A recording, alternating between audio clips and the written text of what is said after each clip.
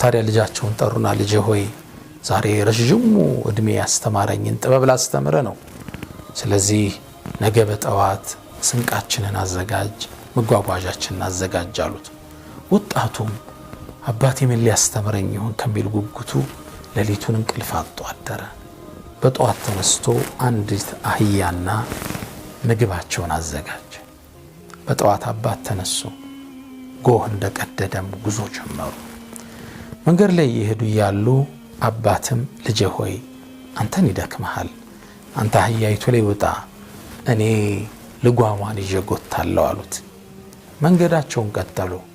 ታሪክ እያወሩት ልጅ አህያዋ ላይ ተፈናጦ ጉዟቸውን ቀጠሉ።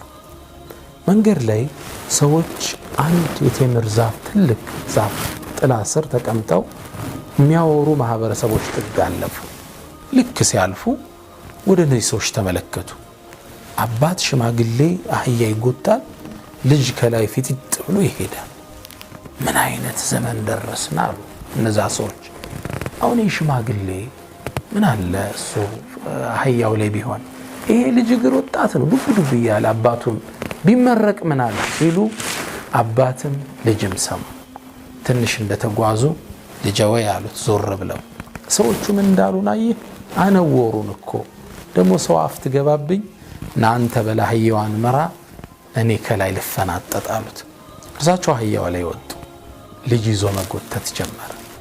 ትንሽ መንገድ እንዳቆራረጡ ሌላ የቴምር ዛፍ ስር ቁጭ ብለው ቡና የሚጠጡ ሰዎችን ተመለከቱ። ያወራሉ። አጋጣሚ ዞር ሲሉ አባት ከላይ ናቸው፣ ልጅ ጎታል።